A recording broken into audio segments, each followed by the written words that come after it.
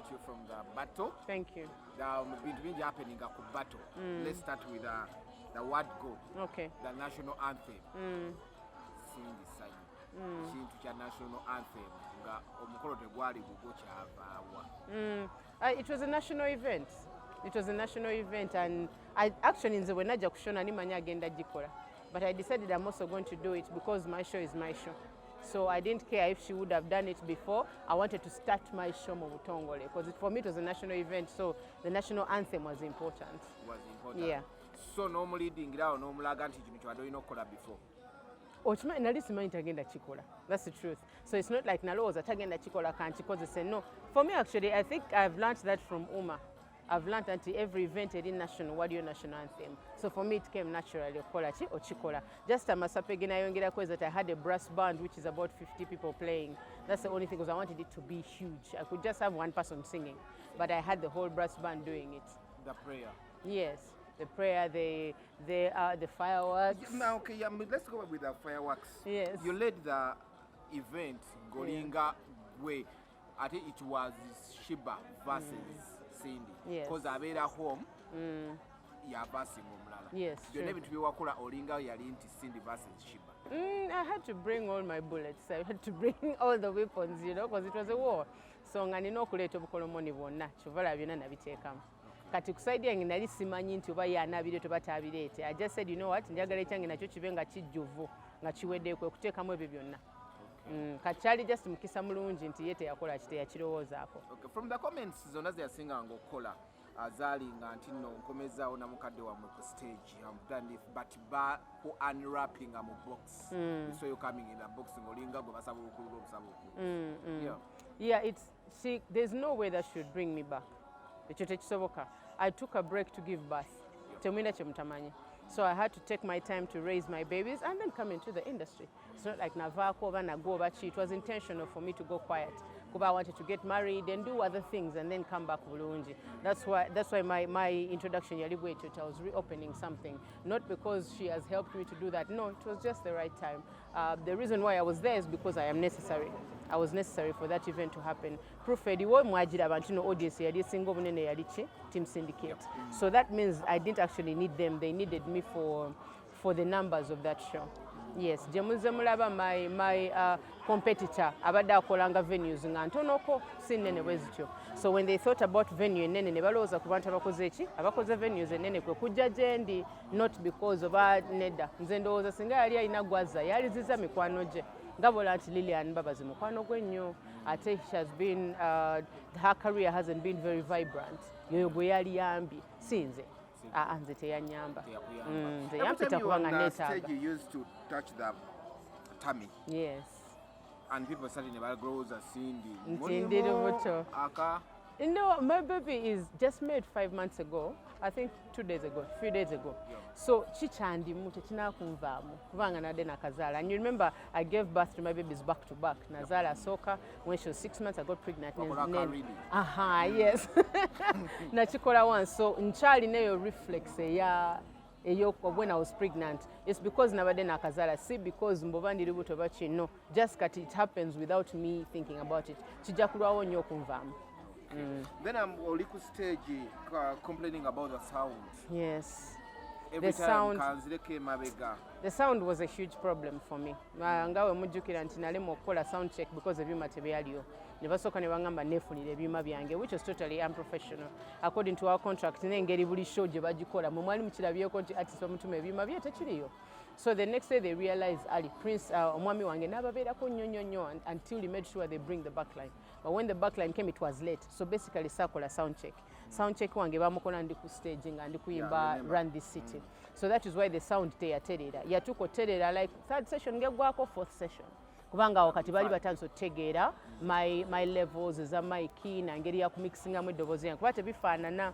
And yet my competitor yalina obudde. 2 days before yaliyo, on that day kumacha baliyo, like Boba Chivola sound yali good from the first minute. Baba afuna obudde nze saabulina. So now, that's why I got that problem. When I did maaso nga bandi yange njiwulira like 3 seconds later. So nga tetukwatagana byennyimba tebye bija later. Kati nga I can't dance because so akuzinya ku bintu ebiri offbeat. So nalina okudda emabega tubeere wamu neki ne bandi yange. So sound yantawanya a lot. Talking to Muganga in an interview, yangamba microphone yo bajijana Germany. Yes, that is true. They had to get my microphone. It was not here. It was not in Uganda. Era bajija bweru. The biggest issue is that Muganga tetwa munenya. You understand? He's the guy who pays the money, who makes sure how much you need for this nakola ki naziteekawo. So for him on his side, he did everything possible to make sure that both sides bafuna kyebetaaga. So it's not his fault. So that has to be about the sound guys abakola sound of Zuwali out. Okay. Let's talk about the stage. People have been giving credit here and there. Nebagamba mucha fashion. Ova mu family ya fashion. Nebagamba oli mu fashion yakuba. It depends. Wali abantu abalaba fashion nti bw'okoppa gundi oli fashionable. But for me, fashion, I come from a family nga are creating a fashion ye. Adafuna idea nagitonda ye kenyini. So originality eva from my family. Okay. So all my ideas were fresh. They were mine alone. For me, that is, you cannot compare that to anything. Than having an artist, ayamba denga Beyonce, Smanya ayamba denga Rihanna, ayamba denga Gundi. For me, that's not fashion. That is being a copycat. Yes, that is just being a copycat. Until copy Gundi ayamba na no ayamba anti. If that is fashion, then I'm not fashionable. For me, it was about sitting there and creating something. So nagamba ba designer bange badafin abachali gonza nemba gamba. I want. Yeah, waliko Yankee Daffin, yes, ne Caro. So nabagamba nti njagala fashion ngeraga nti yes, I'm a dancehall artist. Basagala chikwe kanti ndi muzadde. I want when people looking, omuntu wandaba alaba that sense of responsibility. I'm a parent, I have children. I am the president of the Uganda Musicians Association. Waliwo ekitiibwa kyenina. So engoye zange zalina okureflectinga byonna nti I'm sexy but I'm also responsible. Engoye zenakola ki zenayambala. So sagoberera any trends, no. I looked at what was comfortable for me, nenkola ekyo. Yes, ate buli goye lunayambala lwanyuma. For me, that's what is important. Okay, the jobs. Tuchali ku stage. The jobs you guys zemweka sukiranga. Yes. Komeza onkutwala bweru. Abana balina amaloboozi balaba sibwe wekka. N'omugamba ate mwaze ku nyimba muzogedde bwogezi. The jobs ezajjamu awo. Twali tumanyi already baali babiganye nti temwekuba jobs. Kituufu baali batuganya okukola ky'okwevuma na bintu ebityo. Naye side eri bwe yatuleetera ate nnyonnyonnyo, I felt the need to say something. Kyovola navangayo every once in a while nembaako kyenkola ki kyenjogera. But it shouldn't have been that way. Nadala MC wabwe yatandika okuvuma MC wange, you know, the whole beginning. Namuvumira ddala ebyekisiru. You know, so in a way I felt like, you know what, katuba deserves some of the fire. That's why ezo jobs zaaliwo. Okay, we still about the stage. Or containing other abawagizi. Yes. Well, how did you see it? Because I remember wadanga backstage nga munali ku stage because walingo feeling. Yes, that is true. When I look ku stage nagendera ku energy abantu gye bampa and they gave me so much energy. Uganda banange mwandagala love, you know. And I know it's not just Ugandans, but whoever was there on that day bandagala love nyingi. So nagenderanga ku energy yawe nga bwendaba nti beboye nsulawo ka punchline, bwendaba nti side eno tenyumiddwa nenzirako eri bwentyo. That is something that experience teaches you. So me, I went with their energy. When I felt like they were bored nga nyongera, when I feel like nina tension yawe, I sing a slow song and I calm down, you know, and give them a good show. Like that, that's how I moved it. Okay.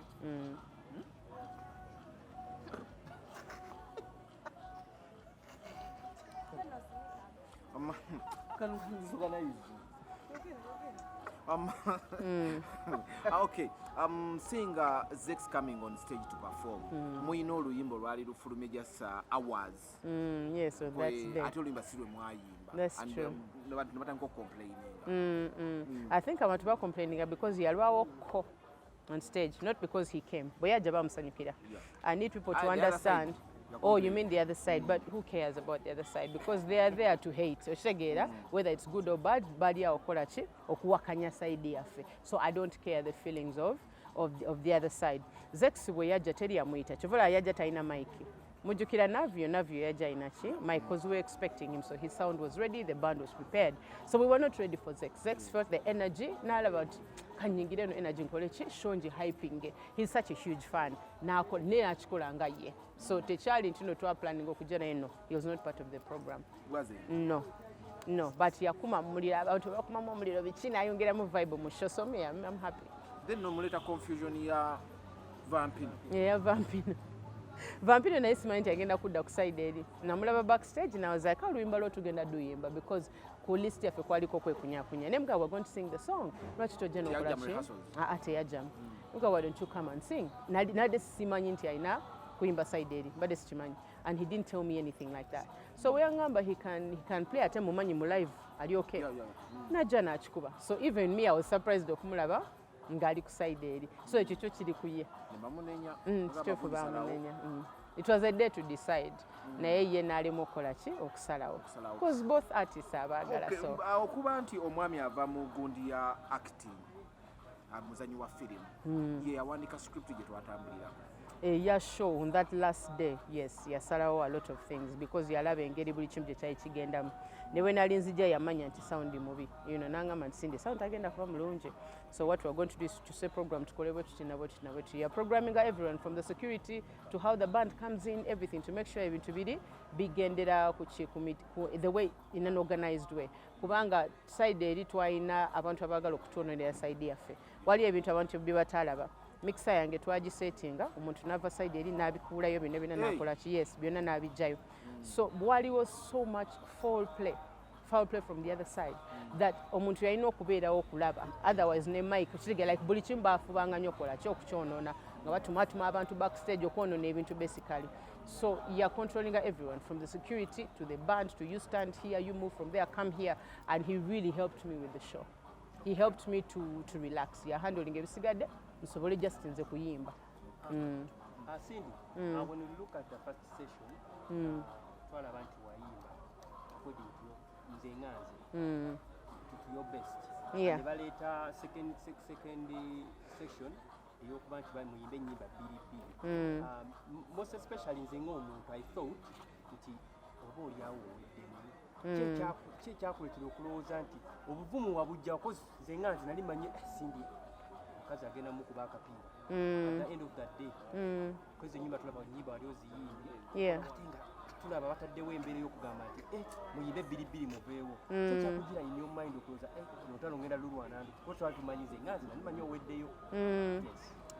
I cannot so actually anombulira abantu buli secret yange otegera. It's not healthy for the business, but experience has taught me one thing is to distribute my energy properly. So na distributing bulungi amaanyi gange okuba nti at the end ali nkyalina my energy. The music for me was not an issue because show yonna yalina okugwa at most 4 hours. So nazituluyira nga music wange amalako 4 hours. My issue was the energy of how I finish the 4 hours yali issue yokka. So when I distributing bulungi amaanyi gange natuuka at the end nga nkyalina amaanyi nga bwe nakola ki bwe natandika show. I think that is where the power lies. Namanya nti side eri tajja kola ki tajja kuba nago because those shows toziyiga mu mwezi gumu. Kino ekintu ojja okikola building energy yakyo for years kyembadde nkola nga nkimanyi nti ne bwana practicing ati emyezi 2 tegimala kufuuka artist wa calibre yange mu live kati nemanya nti that is my strength. If my energy is distributed well, she will not have the energy to compete with me at the end. Wano wangu buli omu aba n'amaanyi ge okitegeera wano ng'otandika it's easy. But towards the end nga gasa aweddemu enjala ekuluma otuyanye byonna okitegeera nga fashion doesn't matter otuyanye ne makeup aveeko. Yes, because the food gets finished. Food is fuel. So you use all your fuel nakola ki nagwawo. So at the end awo that remains ani alina amaanyi ani alina obuvumu. So enjala yamuluma ennyo ntabiki eddoboozi ne likyuka awo nemanya nti wano wo mulina. Yeah, because when you don't have gas ne woba oyimba otya olekerawo okuyimba neddoboozi naliko okuvaayo ng'oyogera bwogezi because the energy akoze eki eweddewo nga n'amaanyi gava mu kifuba from your diaphragm. So when you're tired, you can't push a note. Kizibu nnyo tosobola kugisindika. So nalina amaanyi gange nga bwe nsindika note evaayo. Naye nga gage gakoze eki gaweddewo kati nga ne bwagisindika ate evaayo ng'ali okwogera. So that is ate nakiraba nti kakitandise ne mmanya nti kati mulina. Yes, but ekituufu kiri nti she had more songs. And she had a very good band also. There's nature okulala. There's ntwamanya strength egenda kusooka okuvaako ne mu collabos z'olina. Ate egi yakozesa ennyo. Ne band ye has a very good band. Maestro naye yagifuula akaana. Maestro it's bwabanga nga tebali kuzanya nti eyo show. They are a very good band. But naye because it's ne wobeera bandi nnungi ng'omuyimbi byali okuyimba tebivaayo naawe abantu tebajja kulaba they will see your strength artists oba representing enyimba ze bulungi ne bajja kola ati band ekola ki ekuba ebyakabi naye kati her band is one of the best bands in this country but baatuuka nga bambi n'obwakabi bwabwe tebukola ki tebukyayamba ate tebulabika. Yes, it's because of okusinziira ku kyaliwo wamugamba mu debate nti she has accomplished what she has accomplished without her talent. Yes. Okusinziira kwolaba ku stage publicity yateekawo na byonna bye yakola still talina talent. It's true there's no talent. I will maintain that forever. You cannot buy talent, neither can you force it. None of it. Some things just mukama yakola ki yabikuwa. That's why mu luyimba lwange olwa copycat ngamba some people we are born for this, you know, because some of us are just born with it. Then some people okweyiya mpaka wokola ki gy'otuuka. So the truth is there's no talent, but you have to appreciate skill. You have to appreciate somebody alina skill gy'ateekamu otambuza ekintu kye without the talent. So even if the show she did amazingly, according to me when nalaba nti that's the best show she has ever put up yenga ye.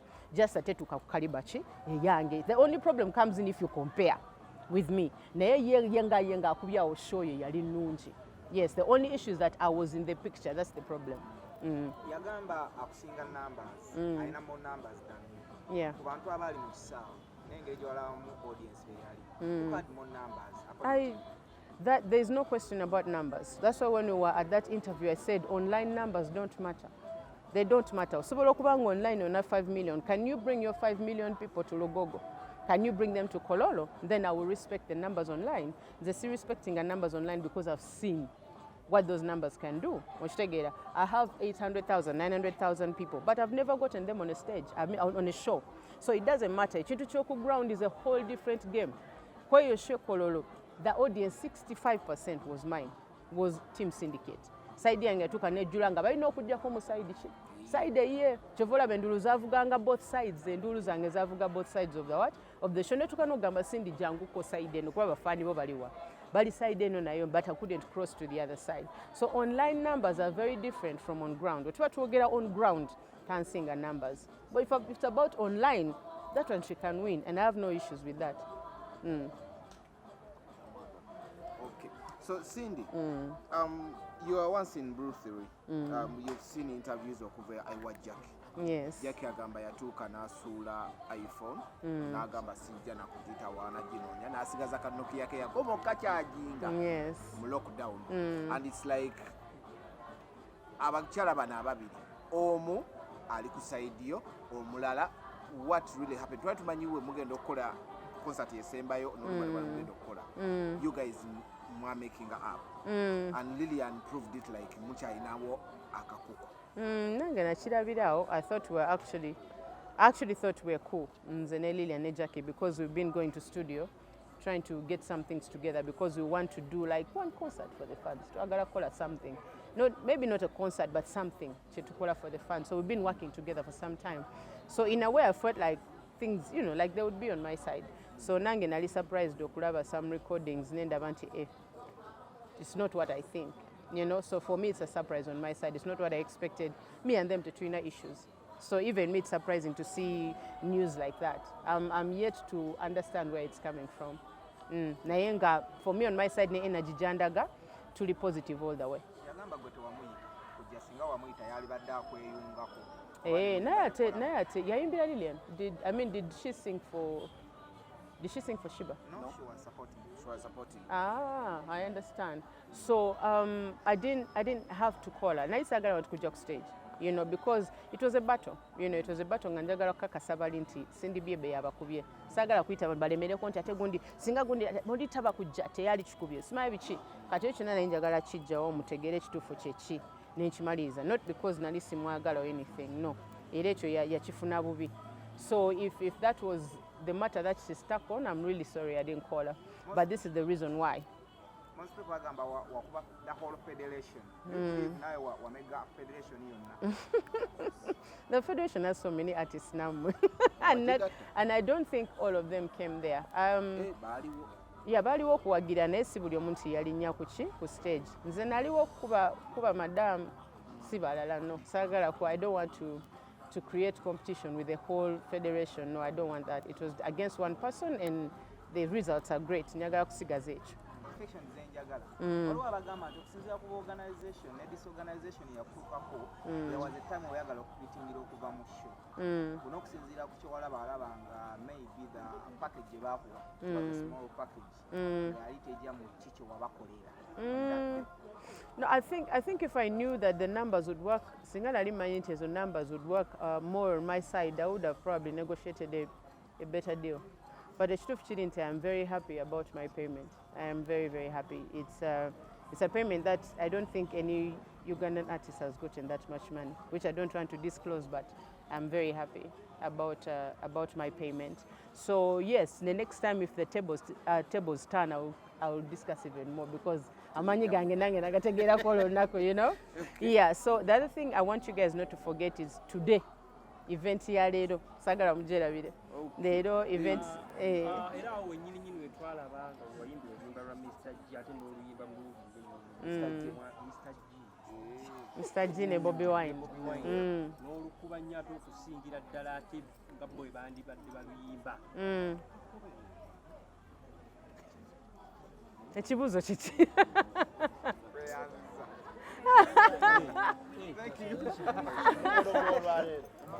Naye mukimanyi nti I've not talked about today's events. So tuli wano yeyanyamba ku show. Naina team eyange was 150 people. Bogata security ne badansa na buli omu. So leero bonna nabayise nenyongerako some other fans who came, some people who contributed a lot with their time, with their energy and creativity. Leero mbayise wano okubasiima. That's why there was dinner and some drinks, and that is event kyebaddeko leero. It was not a lot about winning, it was about appreciating abantu abatubeereddewo nammwe aba media abasobodde okujja. So I want buli eyampagira ku boom party sobola kuyita buli omu okitegeera. I can't call everyone here, but I appreciate mwebale nnyo mukama abaddizeewo mwajja of your time, of your money, mukama abaddize. Thank you. Tomorrow you go into the parliament. Yes. Mugenda kukiika n'aba federation mugenda kuba ebintu. Aba federation babaddewo leero. Aba federation babaddewo leero. Babaddeyo leero ne bagamba bana wekya bajja bayiteera still. But tomorrow you go. Yeah, tomorrow is supposed to be our appointment. Well, tomorrow we're discussing the plans that the government has to help the industry. We've been trying to lobby for that for years. So they came up with a paper that they're going to present to us. So tomorrow we are listening to that paper, how far they have been, because we've been studying popular nyingi fene NCF, UNCC bichi kati bali to a report of the basize okukolera industry. That's what we're listening to tomorrow at the parliament. Okay. Yes. This Saturday bato tugitwala Mbale. Yes. I don't think anything is going to change. Just abantu ba Eastern, they're going to experience it live. Chebata sigenda nkone bandi yange ne Sheebah takikolangako. So let them come and see a live show and have a good time. For those who would love to go with you kubanga basapoti yes, all team syndicate who want to follow us to Mbale, please come through. Muje tunyumirwe, it's just going to be a party. Yawangula, nothing's going to change. Let's just come and have a good time.